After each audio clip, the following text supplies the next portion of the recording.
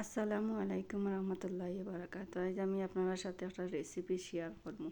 মুরগির মাংস ফ্রাই করবো আর বরবটি দিয়া মুরগির মাংস দিয়া টমেটো দিয়ে তরকারি রাঁধিম। আর দুইটা রেসিপি আমি এখানে শেয়ার করবো, আপনারা আমার সাথে অবশ্যই থাকেন যেন। এখানে আমি পরিমাণ মতো হলুদ, লবণ, মরিচ, এর বাদে টমেটোর সস, বাদে টক দই দিয়া গোলমরিচ, সামান্য এলাচের গুঁড়া দিলাইলাম, রসুন দিলাইলাম, দিয়া সব মশলা আমি একসাথে সামান্য পরিমাণ তেল দিয়া মশলাটা সুন্দর করে আমি গুলিয়া নিলাম। নিয়ে আমি যে মুরগটা তৈছি সুন্দর করে কাটিয়া দইয়া এইভাবে আঞ্জিয়া নিছি সারাটা মুরগির শরীর। বাদে আমি মশলা মাখাইয়া সুন্দর করে মশলা মুরগির মাংসত লাগাই। এই ফ্রাইটা খাইতে দারুণ লাগে। আমি অন্য এক সিস্টেমে ফ্রাইটা করব।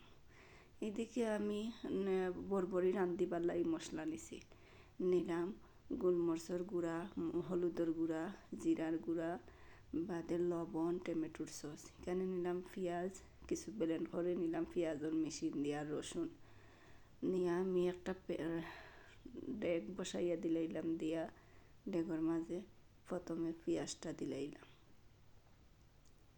দিয়া যে মশলা তৈলাম মশলাটা আমি পানি দিয়ে আবার গুলিয়া নিমু। কেন আমি কিছু মশলার পানি আসলে মশলার পানি দিম, মশলাটা গুলিয়া নিছি। মশলার পানিটার ফালাইলাম না। মশলাটা গুলিয়া রান্ধিলে বাটা মশলার মতো হয়ে যায়, তরকারি ঘন হয়, খাইতে ভাল লাগে।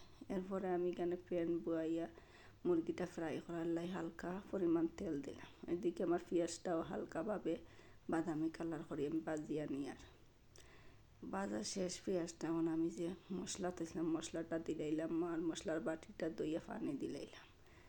আর দিয়া বালা করে মশলাটা সুন্দর করে কষাইয়া নিব। এদিকে আমার মুরগিটা 5-6 মিনিট বাদে আমি যে তেল দিছিলাম প্যানে, এই মুরগিটা এই প্যানে দিলাম তেলের উপরে হালকা পরিমাণ চুলার লো হাইটে আপনারা অবশ্যই জাল দিবা, তো জ্বলতো না, আস্তে আস্তে ধীরে ধীরে মুরগিটা হইব বার বালা করে কুক হইব সুন্দর করে। গ্যাস একবারে কম আছে, জাল দিন যেন। আর এদিকে আমার মশলাটা কষানি শেষ। এখানে যে মাংস আমি অল্প দিলাম, এখানে আমি একলা মানুষ। আর এই মুরগির ডাকনা আছিল, ডাকনা টুকনা দিয়ে আমি বরবরিটা দিলাম। আপনারা চাইলে মাংসটা বেশ করে দিতে পারবা। আমি অল্প মাংস দিয়ে রান্ধি আর কিবা গুস্ত দিয়ে, আমরা সিলেটি মাইতে হয় গুস। কেন আমি ডাকনা দিয়ে ঘুরাইয়া দিলাইলাম। দিয়া আমার যে তরকারি আছিল কষানি শেষ। এখন আমি যে সবজি তৈছিলাম কাটিয়া বরবটি, টমেটো আর কাঁচামরিচ একসাথে দিয়া আবার আমি সুন্দর করে কষাইয়া নিলাম।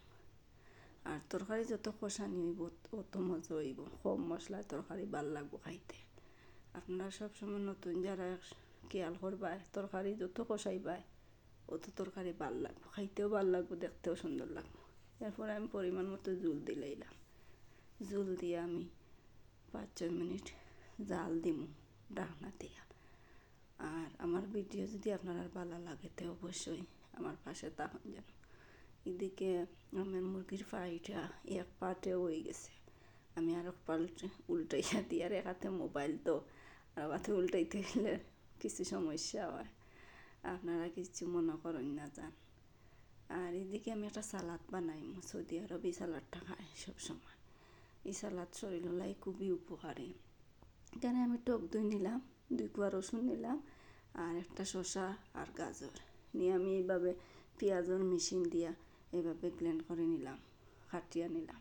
রসুনটাও নিলাম এইভাবে কাটিয়া নিয়ে একটা বাটি নিয়ে বাটির মাঝে প্রথমে দিলাম কিরা বা শসা, এরপরে দিলাইলাম গাজর, রসুন দিয়ে যে টক দই তৈছিলাম টক দইটাও দিলাইলাম।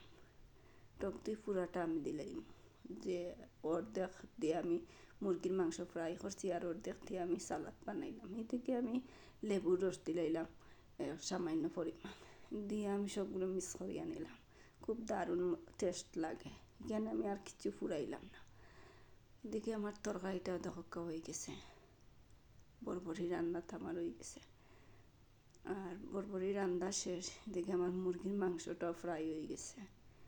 মুরগির মাংসটা ফ্রাই হয়ে গেছে, খুব সুন্দর কুক হয়েছে। হালকা আছে যদি জাল দেন তো খুবই ভালো লাগে।